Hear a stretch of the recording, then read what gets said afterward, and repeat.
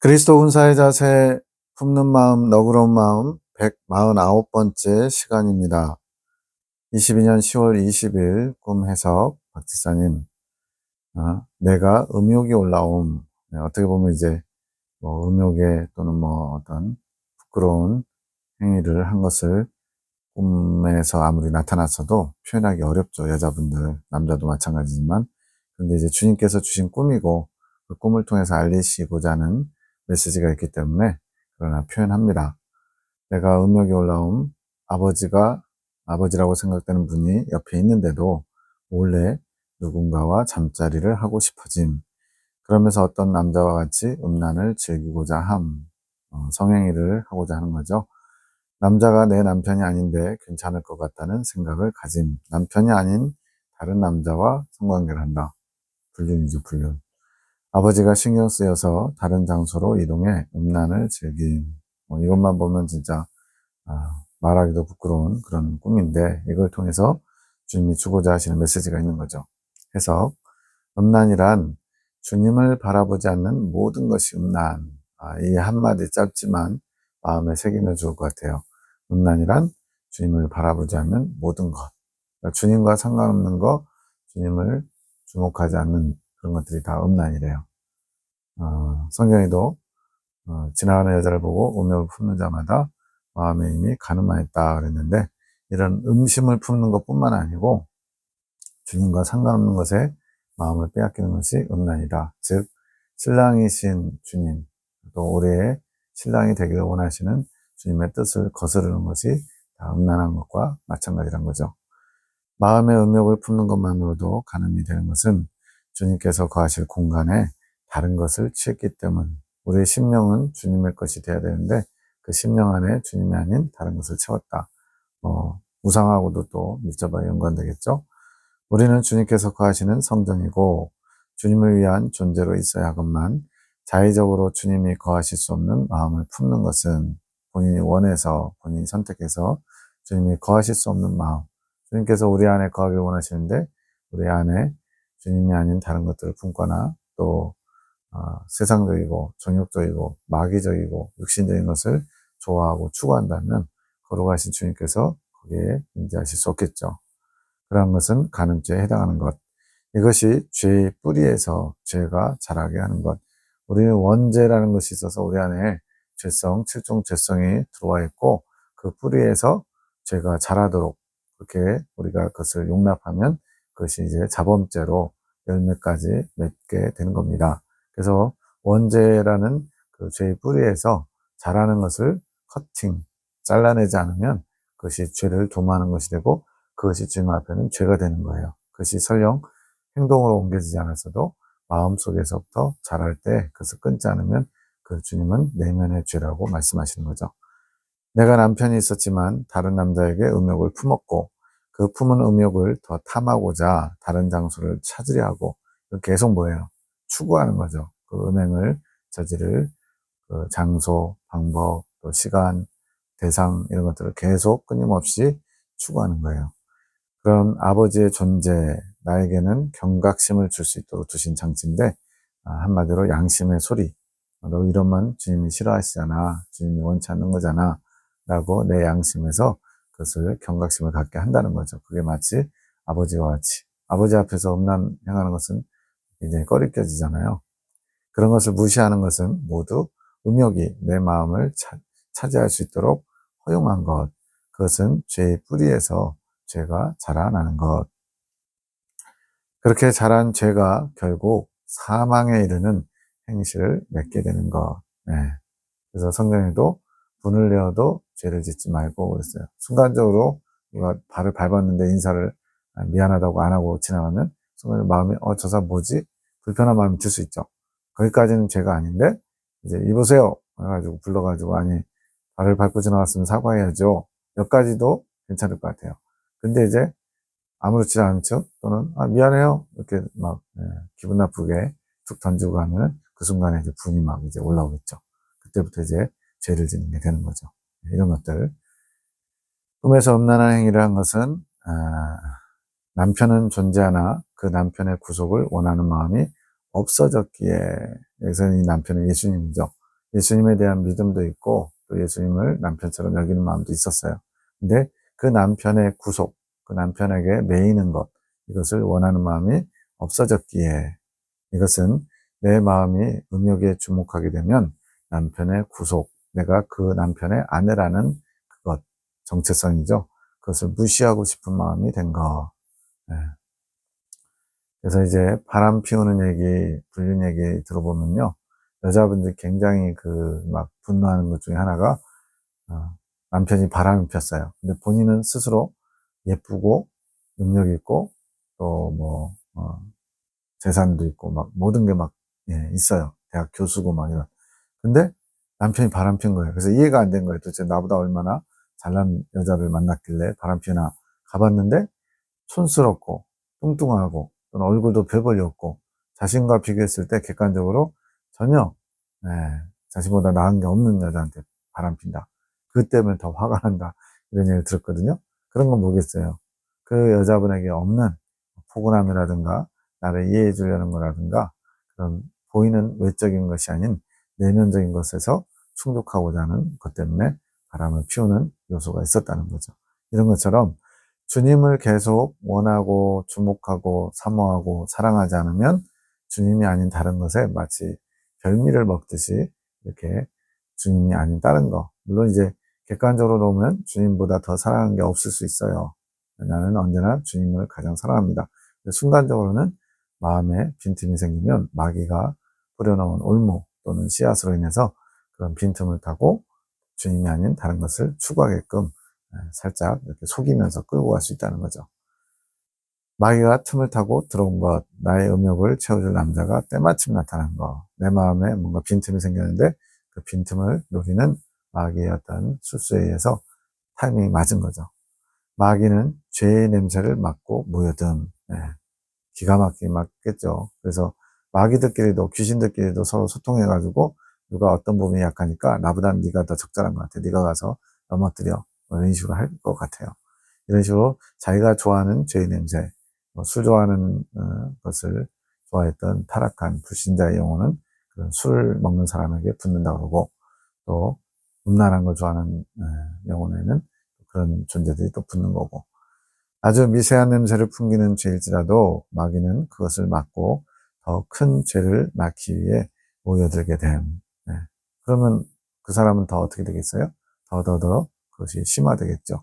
네, 저도 이제 부끄러운 고백이지만 실종 죄성 중에 음란성 부분이 저를 가장 힘들게 했었고 수십 년간 어떻게 해볼 수 없는 그래서 보편적으로 얘기하는 것처럼 음란은 피하는 게 정답이다. 그런 환경에서 무조건 도망치는 게 최고의 선이다. 이렇게 배웠거든요. 또 동의했었죠.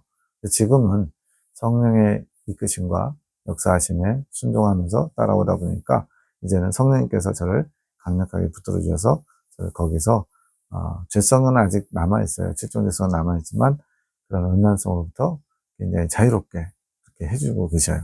그래서 정확하게 말하면 한 2년 2개월 전부터 주님께서 강력하게 붙들어 주셔가지고 음란을 범할 수도 있는 그런 환경이 있다 할지라도 거기에 쉽게 넘어가지 않는 그래서 왜 쉽게 넘어가지 않느냐면 제가 여기 나온 것처럼 마음에 방심하면 마귀가 틈을 타면 또 넘어질 수 있다는 거예요. 근데 계속 성령님을 주목하고 그분의 이끄심에 순종하면 그것을 단순히 피하는 것, 회피하는 것만이 아니라 주님께서 강력하게 붙들어 주셔서 그런 죄를 범하지 않도록 주님이 도와주시는 것을 경험적으로 그래서 저에겐 최고의 행복이 지금 그거예요.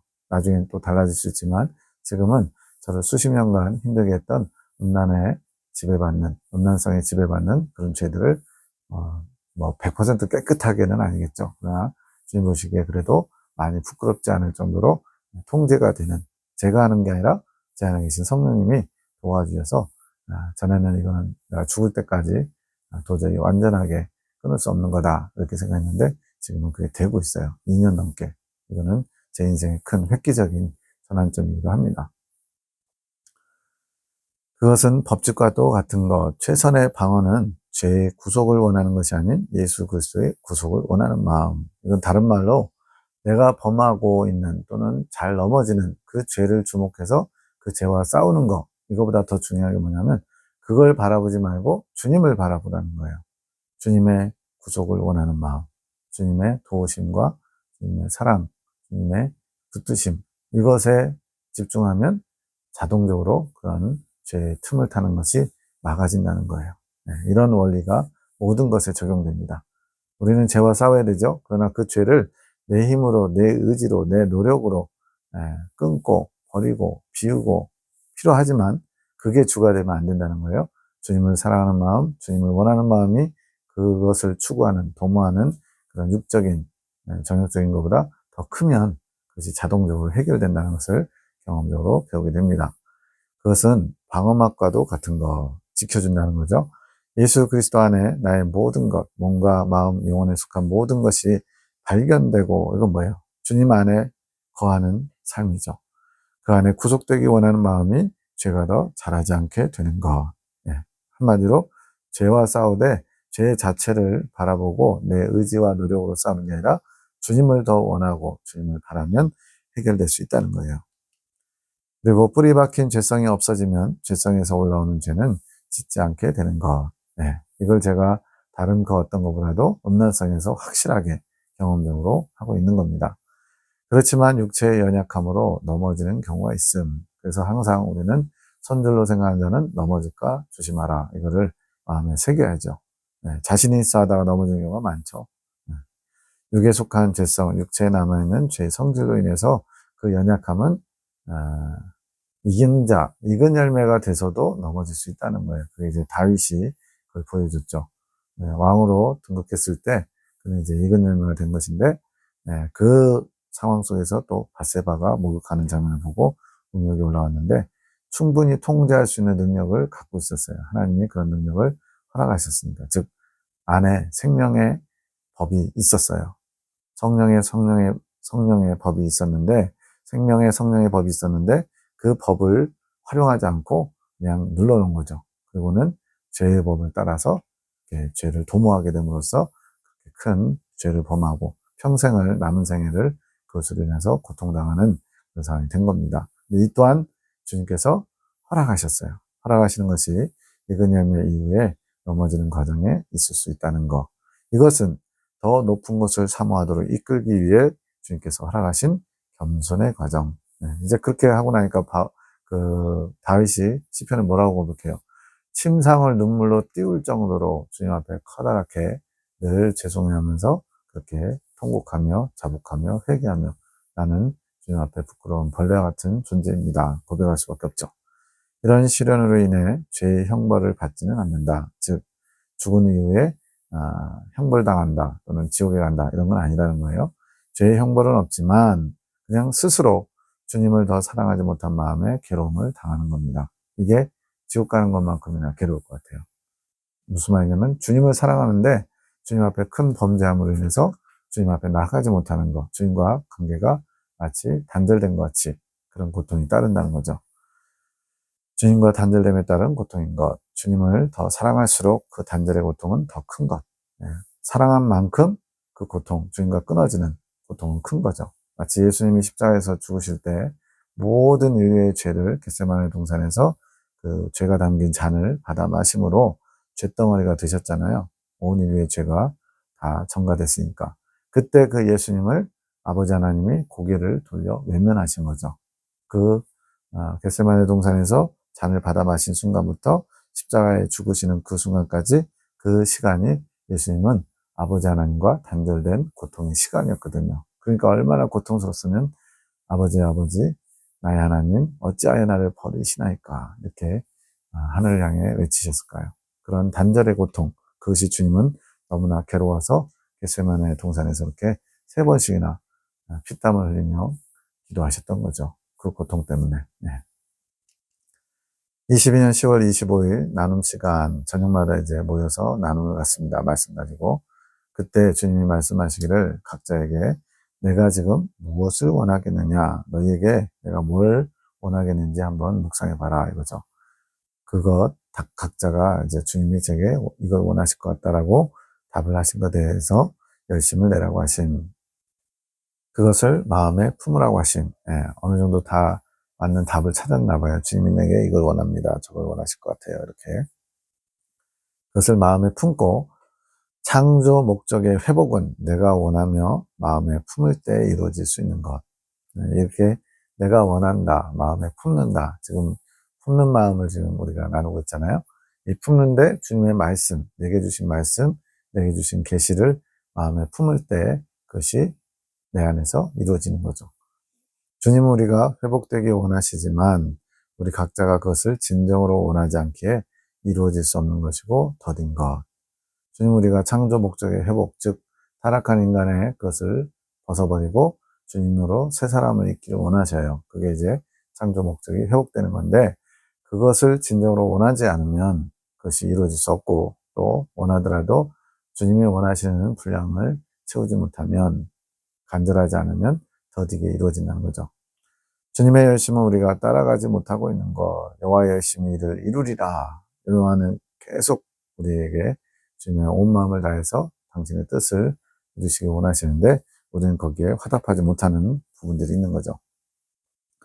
창조 목적의 회복은 이긴 자가 완성이 아니라 끝이 아니라 이긴 자부터가 본격적인 시작이라는 거죠. 즉 광해한담 과정을 거쳐서 이긴 자가 된다는 것은 이제 타락한 인간이 그런 내면의 정결을 이루는 거예요. 내면 안에 주님 중심적이지 않았던 것들이 하나하나 비워짐으로써 이제 주님께서 주님의 것을 채울 수 있도록 그래서 이긴 자부터 익은 열매로 나아가면서 주님의 것이 채워지는 겁니다. 그게 익어가는 거예요. 과일로 생각하면 굉장히 이해하기 쉬울 거예요.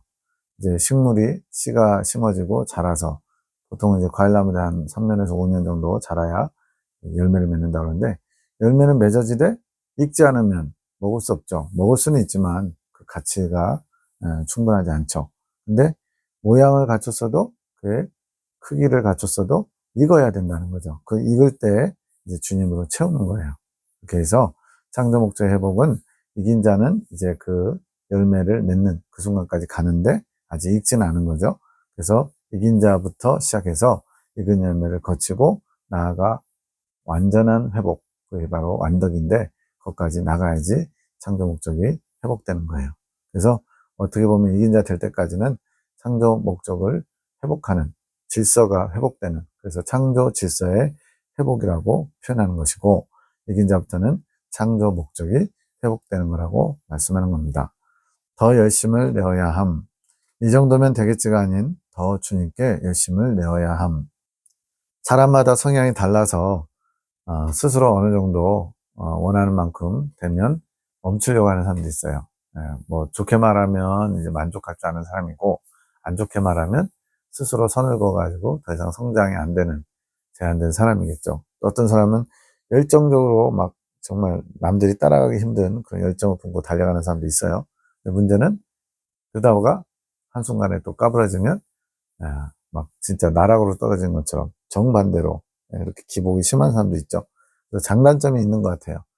성격이 좀 약간 나긋나긋하고 온유하고 이런 사람들, 내성적인 사람들은 천천히 가되 기복이 심하지 않고 또 열정적인 사람들은 그 열정이 계속되면 진짜 빨리 성장하겠죠. 근데 그러지 않고 또 중간에 멈추면 오히려 잠수를 타버리고 이렇게 오랫동안 나락에 떨어진 것처럼 헤어나지 못한 사람. 제일 좋은 거는 천천히 가되 꾸준하게 잘 가는 것이 중요한 것 같아요. 이 정도면 됐지라는 그런 스스로 선을 그으면 안 됩니다. 그럼 주님도 일하실 수 없는 거죠. 더 주님께 열심을 내야 됩니다. 이 정도면 열심히 하고 있는 거지라는 마음을 품는 순간 늦어지게 되는 것. 겸손한 자는 늘 주님의 이끄심을 놓치지 않고 이끌려가는 자. 그러니까 스스로가 막 모든 것을 판단하고 결정하는 게 아니라 주님께서 이끄시는 대로 잠시 멈추라 그러면 멈추고 가자 그러면 또 가고 모든 주도권을 주님께 내어드린 자가 겸손하다는 거죠. 다른 일들은 내가 다 이루어가고 있다. 그러니 너희는 이루어지는 것에 열심을 내라. 너희의 마음과 뜻은 너희가 나를 닮는 거, 이루어지는 것이다. 말씀하시는 거죠. 너희 마음을 분산시키는 것을 조심해라. 경계해라. 너희 마음을 뭔가가 자꾸 틈을 보려고 하는데 그런 것들을 조심하고 경계해라. 마음을 분산시키는 생각, 감정, 원하는 마음 그런 것들을 조심하라는 거죠. 왜 그럴까요? 그걸 잘못하면 마귀가 우리보다 더 알아요. 더 잘 알아서 틈을 타서 주님이 아닌 다른 것, 엉뚱한 거에 몸도 마음도 시간도 물질도 달란트도 사용하게끔 그래서 주님께 나아가지 못하게 해방할 것이기 때문에 그렇습니다. 나는 마음이 온유하고 겸손하니 나의 멍에를 메고 내게 배우라. 그러면 너희 마음이 쉼을 얻으리니. 성경이 말하는 이 쉼은 우리가 생각하는 것처럼 뭘 하다가 안 하는 거, 멈추는 게 쉼이 아니라 주님 안에 거하는 것이, 또 주님을 그대로 이끄시는 대로 따라가는 것이 쉼인 거예요. 그것이 영혼의 쉼이 있는 겁니다. 육체는 좀 피곤할 수 있어요. 주님을 섬기다가 잠을 좀 못 잘 수도 있고, 또 감당하기 어려운 어떤 일들을 수고하면서 감당해야 되죠. 근데 그 영혼은 주님 안에 있을 때 쉼을 얻을 수 있다는 거예요. 늘 주님께 묻고 배우는 겸손의 자세가 필요함. 22년 11월 2일 영음으로 해주나 봐, 이런 소리가 들려요. 젊은 여자의 영음이고, 이제 송 원장님이 이 말씀들을, 주님이 주신 말씀들을 정리하는 컴퓨터 작업하는 것을 보고서 이 소리가 들린 겁니다. 그랬더니 에녹 자매가 이제 해석합니다. 이걸 왜 알려주셨을까 묵상했더니, 송 원장님을 통해 주님의 말씀들이 정돈되어 나오는 것, 지혜의 말씀. 이제 다른 부분에 뭐라고 설명이 되냐면, 이 땅에 주님의 말씀이 선포되고 내려와서 이루어지고 있는, 또 지금 진행되고 있는 것은 지식의 말씀이라는 거예요. 그리고 아직 하늘에 있지만 땅에 이제 내려와지는 것은, 아직 이 땅에서 그것이 이루어지지 않은 말씀들은 지혜의 말씀이라는 거예요. 그래서 아직 주님께서 창조 계시라고 하는 천상에 지금 준비된, 예비된 그 말씀들을 송 원장님 통해서 전달해 주는 것이기 때문에 지혜의 말씀이라고 지금 표현한 겁니다. 우리는 그것으로 옷 입어야 하는 것, 그 말씀이 나의 생각이 되고 나의 마음이 되어 우리가 그 말씀으로 하나가 되어야 하는 것. 말씀으로 옷 입는다. 로마서의 표현대로 하면 예수 그리스도로 옷 입는 것 같은 거죠. 그것이 품는 것입니다. 마귀는 우리 안에 말씀으로 하나 되지 못한 자를 노리는 것. 그러니까 주님께서 말씀을 주셨는데 하늘 군대 7분, 사랑의 사도 3분, 10분인데 이분들이 이 말씀을 품지 않으면 품지 않는 그 한 사람, 그 사람은 이제 그 무리에서 잠시 이탈, 낙오되는 거예요. 그러면 이제 우리 동물의 왕국에서 이제 누구떼나 이런 것들, 사자들이 또는 하이에나는 뭐 발이 느려서 그렇지 않은데 사자, 표범 이런 맹수들이 놀이고서 치타 이런 것들 노리고 뛰는 거 보면요, 한 놈을 정해놓고 그것만 쫓아가요. 바로 옆에 다른 놈이 어정쩡하게 서 있어도 방향을 틀거나 대상을 바꾸지 않습니다. 왜 그럴까요? 그래야만 그 한 마리를 잡을 수 있거든요. 그래서 바로 옆에 다른 놈이 있어도 다른 놈을 노리잖아요. 근데 그렇게 노림당하는 대부분이 힘이 없고 연약한 어린 새끼라든가, 또는 나이가 들어서 처진다든가 무리에서 살짝 이탈한 것들이 그렇더라고요. 마귀가 이렇게 어떤 무리, 단체를 노릴 때도 마찬가지죠. 성경에서도 아말렉 군대가 이스라엘 백성들 공격할 때도 뒤에 처진 노약자들, 광야에서 행군하는 거니까 분명히 속도가 다를 수 있죠. 병약한 사람들, 어린아이들, 여자분들, 여러분들이 뒤에 처지니까 그들을 공격하는 그런 일들이 있었죠. 마귀는 우리 안의 말씀으로 하나 되지 못한 자를 노리는 것. 환경이 주어졌을 때 각자의 입술을 통해 하나 되지 않았음이 드러나게 되는 것. 이건 뭐예요? 입술로 표현이 나오는 거예요. 그러니까 한 목소리를 내고 주님의 마음을 알고 주님의 말씀 받아야 되는데, 에이, 그거는 좀 믿기 어려운데, 그건 좀 받아들이기 어려운데, 이런 걸 말로 표현하는 거예요. 생각으로 품는 것도 문제가 있는데, 더 심한 거는 말로 표현돼서 나온다는 거죠. 그때 마귀가 그러한 자, 말씀을 하나 되지 못한 자를 노리며 먹잇감 삼는 것. 그래서 한 가지 우리가 알아야 될 것은, 마귀는 우리의 모든 걸 다 아는 것 같지만, 어디나 있죠. 영이 존재이기 때문에 어디든지 있지만, 마귀가 우리 안에 들어오기 전에, 우리의 심령 안에 들어오기 전에는 겉으로 보이는 모습만 보고 마귀도 판단하고 우리를 넘어뜨리려고 여러 가지 일을 한다는 거예요. 근데 이 표현들, 말로 표현하는 거, 표정으로 행동하는 거, 이런 걸 보고 마귀도 지금 심령 상태가 어떨 거라고 추측을 하는 거지, 우리 내면의 생각이나 마음에 무엇이 있는지는 알지 못한다는 거예요. 그래서 말 표현이 엄청 중요합니다. 부정적인 말을 쏟아내고 욕을 하고 누군가 미워하고 시기하고 증오하는 말들을 하면, 저 사람이 지금 그 마음속에 증오가 가득하구나, 이런 걸 알 수 있잖아요. 마찬가지로 마귀는 말을 내뱉는 그 내용을 가지고 우리의 상태를 파악하고 이제 넘어뜨릴 수 있도록 얼물을 놓는다는 거죠. 그렇게 그런 때일수록 더 침묵하며 말 한마디 조심조심하며 주님이 일러주신 대로만 마음에 품어야 되는 것. 그래서 말 한마디도 조심해야 돼요. 왜? 나만 있는 것 같지만 혼자서 이렇게 막 진짜 불편한 말을 막 해요. 쏟아내요. 오늘 있었던 일들 돌아보면서 어떤 사람에 대해서 막 비난하고 욕하고 막 그럴 수 있죠. 근데 그게 혼자 있는 게 아니라 마귀가 옆에서 듣고 있는 거예요. 근데 우리가 얼마나 조심하겠어요. 지금은 환경이 조성되고 있은 그런 쉽게 넘어질 수 있는 환경, 마귀가 틈탈 수 있는 환경. 그렇게 이런 때일수록 주님의 말씀으로 하나가 되어야 되는 것. 같은 목소리를 내며 같은 뜻을 품으며 한 마음이 되어야 하는 것. 스스로 쓸데없는 것을 차단하며 주님으로부터 오지 않은 것이죠. 한 걸음 한 걸음 조심성을 가지고 가야 하는 것. 하나 되지 못한 자, 무리에서 이탈된 자, 개인 행동하는 자. 아이들 뭐 수학여행 가거나 유치원생들 야외에 나들이를 가면은 꼭 이렇게 말 안 듣고 이탈하는 사람도 있죠. 그런 사람들이 공격 대상이 되는 겁니다. 원수의 먹잇감이 되는 것. 22년 11월 4일 영음이 또 드립니다. 그럼 장로님 데리고 나와. 이제 그 교회의 어떤 집사님이 부드러운 어조로 누군가와 대화하면서 이장로님, 송장로님에 대한 오해가 풀려서 하는 말. 시교회 성도님들, 목사님들과 하늘군대 사랑의 사도들 이렇게 서로 화가 나뉘어서 대립하고 갈등하는 상황에서 이제 그 송장로님의 부덕함에 대해서 교인들이 성토하고 막 이러면서 대적하는 상황이었거든요. 근데 여기서는 지금 오해가 풀렸다. 즉, 송장로님을 한쪽 방향으로 안 좋은 것만 막 골라가지고 짜깁기 해가지고 얘기하면은 굉장히 나쁜 사람 될 수 있잖아요. 그것이 이제 풀렸다는 거죠. 해석, 주님 이건 무엇인가요? 주님께서 교회 안에서 장로님에 대해 진실의 말들이 드러나게 하실 것, 즉 오해의 소지가 있는 것들을 정리하신다는 거죠. 장로님에 대해 오해했던 마음들을 풀어지게 하실 것. 하지만 진실이 드러나도, 즉 사실이 밝혀져도 각자가 취하는 자세는 다 다를 것. 그러니까 끝까지 계속 비난하고 오해하고 곡해하고 저주하고 미워하는 사람이 있고, 또 그랬구나, 그런 일이 있었구나 라면서 이해하려고 하는 사람도 있다는 거죠. 그때도 그렇게 여전히 대적하는 그런 분들을 향해서도 품어주셔야 하는 것. 누가요? 장로님이. 아비의 자세로서 많은 자녀들을 품을 수 있는 아비가 되어야 하는 것. 주님께서는 누구의 잘잘못을 따지는 자세를 원치 않으신. 우리는 막 누가 더 많이 잘못했냐 따지잖아요. 내가 10% 잘못했으면 저 사람 80% 잘못했어. 막 이렇게 큰 소리 치는데, 주님은 그 잘잘못이 중요하지 않아요. 누가 주님의 말씀을 실천하는가? 누가 말씀대로 실천해 보려고 하는가? 용서하라 그랬으면 용서해야죠. 사랑으로 품어주기 원하시는 것. 이제는 그러한 자세를 준비하셔야 하는 것. 믿음의 아비로서 자세를 갖추어 가셔야 함.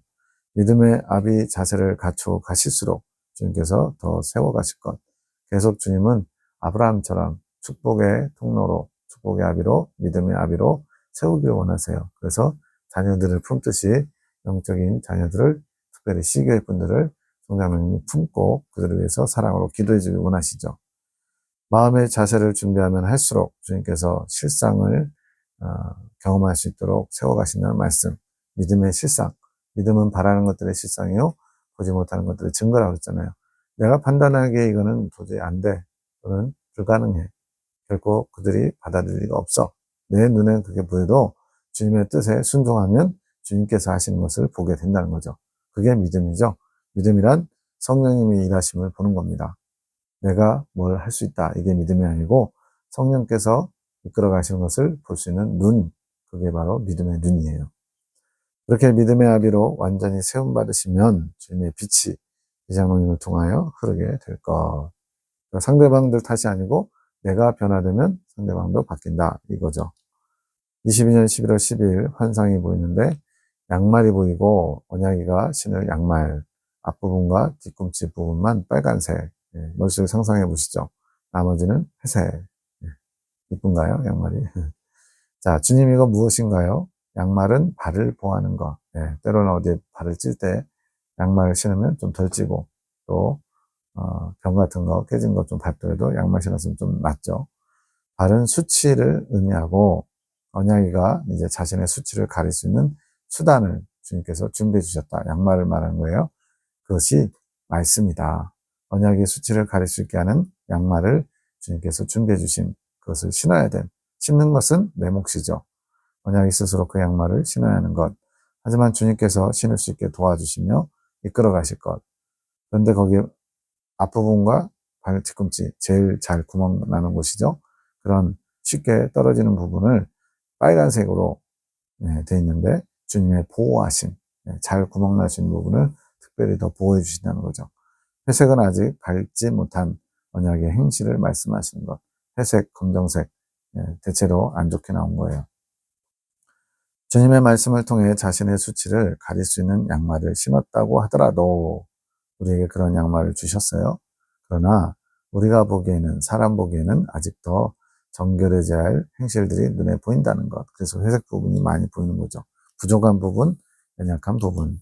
하지만 주님은 우리의 기준에 맞게 일하시는 게 아니라 주님의 기준에 맞춰 일해 가시는 것. 우리가 보기에는 이래야 될 것 같아요. 주님의 기준에선 아직은 괜찮아. 아직 더 기다려줘. 참아줘. 용서해줘. 이게 주님의 기준이죠. 그렇게 우리가 연약의 부족함이 보여도 기다려줘야 하는 것. 아이의 입장에 맞추어 그리고 주님이 하실 것을 믿음으로 바라보며 우리가 아이를 기다려주고 사랑으로 품어주어야 하는 것. 이 아이뿐만 아니고 우리가 주변에 좀 저 사람 왜 저러지? 도저히 이해가 안 되네. 사람이 어떻게 그럴 수 있어? 이런 사람들이 주변에 꼭 있잖아요. 근데 그런 사람들을 바라볼 때 주님의 시선, 주님의 기준으로 바라보면서 주님이 참아주시면 우리도 참고 주님이 기다려주시면 우리도 기다려야 된다는 거예요. 지금 중요한 것은 언약에게 주님이 하실 것을 믿음으로 바라보며 기다리고 사랑으로 품어주는 것. 언약에게 자신의 수치를 가릴 수 있는 양말이 준비된 것이 중요하다는 거예요. 그러니까 언젠가는 바뀌겠죠. 양말 자체도 준비가 안 됐으면 계속 할 일 없이 기다려야 되는데 주님께서 바꾸시겠다고 양말을 준비해 주셨거든요. 우리가 보기에 그것은 큰 변화가 아닌 것처럼 보여도 여전히 회색인 거, 주님은 언약을 점진적으로 변화시켜 가실 것. 이건 모두에게 적용되는 겁니다. 22년 12월 3일 어제부터 너그러운 마음을 가지고 싶은 마음이 계속 들어서 송 원장님이 마음에 계속 너그러운 마음이 울림이 있었던 거죠. 에녹자매에게 기도를 부탁함. 에녹자매를 통해서 주신 메시지가 우리의 원하는 마음을 받으시고 이끌어 가실 수 있으신, 먼저 원해야 된다는 거예요. 주님이 그냥 아무 어떤 허업을 반해 미리 일방적으로 뭘 주시는 게 아니고 원하는 마음, 주님께로부터 끌어가고자 하는 마음을 먼저 우리가 품어야 된다는 거예요. 이루어 가실 수 있음. 나는 원하는 마음이 없는데 주님께서 강제적으로 이끌어 가실 수 없는 것. 즉, 주님이 인격적이라서 우리의 화답을 보시고 일하신다는 거예요. 전지전능하시니까 강제로 무조건 뭘 하신다? 그러면 다 로봇처럼 돼야죠, 뭐. 로봇만큼 말 잘 듣는 사람이 돼야죠. 근데 이것이 자유의지, 자기 의지를 가지고 주님 앞에 순종하는 사람 만드시고 주님은 끊임없이 참고 기다려주고 사인을 보내시죠. 너그러운 마음을 가지고 싶은 마음은 성령께서 불어넣어 주시는 바람. 그러니까 내가 그런 마음을 갖고자 하는 것보다는 주님께서 주신 마음이라는 거예요. 성령께서 부시는 바람이라는 거예요. 그 바람의 움직임을 내가 캐치하여 잘 세밀하게 들여다봐야죠. 그 바람, 성령의 이끄심에 화답해야 하는 것. 이 화답이 얼마나 중요한지 몰라요. 우리의 화답을 받고 주님이 일하시기 때문에. 그렇게 우리의 화답을 받으시고 그 원함이 실상이 될 수 있게 이끌어 가시는 것, 이루어 가시는 것. 왜 성령의 이끌림이 아닌 이끄심인가? 이게 무슨 말이냐면 성령의 이끄심과 이끌림을 좀 나눠놨어요. 뭐냐면 성령의 이끄심이라는 것은 성령님이 직접적으로 이렇게 내면에서 이끌어 가신 것도 있지만 다양한 사람과 환경, 사건을 통해서도 성령님의 뜻이 거기 담겨 있잖아요. 그렇게 직접적, 간접적인 걸 포함한 게 이끄심이고 이끌림이라는 표현은 성령께서 이제 이긴 자가 되면 내주하셔요. 그전에는 이제 성령님이 안에 계시다가 우리가 범죄할 때마다 밖으로 나가셔요. 그러다 다시 또 회개하고 진정으로 회개하고 돌이키면 다시 들어오시고 이렇게 성령님이 항상 우리 안에 내주하시는 게 아니라 잠시 머무는 것처럼 계시다가 이긴 자가 되면 이제 다시는 나가지 않는, 즉 구원이 확정되는 내주의 단계가 되면 성령께서 항상 계시는 거예요.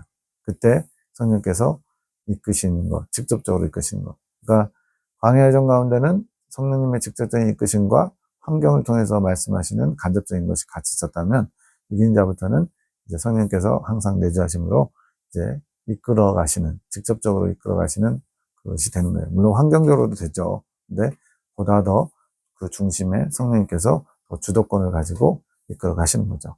그래서 왜 이끌림이 아닌가? 성원자님이 이제 이긴자 단계에 들어가셨으니까 이끌림 받는다고 해야지 왜 이끄심이라고 했는가? 해놓자매가 이제 의아해서 묵상하니까 불어오는 바람에 이끌려갈 때 이끌림인 것. 이게 무슨 말이냐면 지금은 성령의 바람에 내가 화답, 즉 반응해야 하는 것이기에 이끌림이 아닌 이끄심인 것. 성령께서 바람을 불어주셨는데 거기에 화답하지 않으면 갈 수 없잖아요. 그래서 이런 성령의 바람을 불어줄 때 내가 화답하려고 하는 그 자세, 그게 바로 이끄심을 받는 것이고, 그렇게 해서 성령의 바람이 이끄심이지만 그 이끄심에 화답해서 이끌려갈 때, 그때부터는 이제 성령님께 붙들려서 가는 거라서 성령의 이끌림을 받는 자가 되는 것. 좀 복잡한데 그냥 간단하게 성령의 이끄심이 먼저 나타나고 그것에 내가 화답하면 그 다음부터 성령께서 주도권을 가지고 이끌어 가시니까 이끌림 받는다, 이렇게 표현한다는 거예요. 너무 어려우면은 그냥 넘어가셔도 됩니다. 그럼 매 순간 이끌림 받는 것이 아닌가, 이렇게 또 생각했더니 이끌어 가실 때가 있고, 이건 성장할 때는 이긴 자가 되기 전까지 광야에서 성장하는 거죠. 또 다져가실 때가 있음. 대나무의 마디가 단단하게 한 부분에서 이렇게 아주 단단하게 밀집되잖아요. 그런 것처럼 다져가는 때도 있고, 이끌어 가실 때는 먼저 성령께서 바람을 불어주시고 그 이끄시는 바람에 우리가 이끌려갈 때 이끌림이 되는 것. 네. 이끄심과 이끌림, 네, 너무나 유사하면서도 좀 더 성령께서 더 주도권을 가지고 더 붙잡고 가신다. 이게 성령의 이끌림, 직접적인 이끌림, 요것이라 생각하시면 되고, 이끄심은 간접적으로도 직접적으로도 하시지만 아직 그렇게 내가 확 붙들려서 가는 게 아니라 그런 것에 우리가 순간순간 화답해야 되는 거, 이게 이끄심이다. 이 정도로만 정리하면 되겠습니다.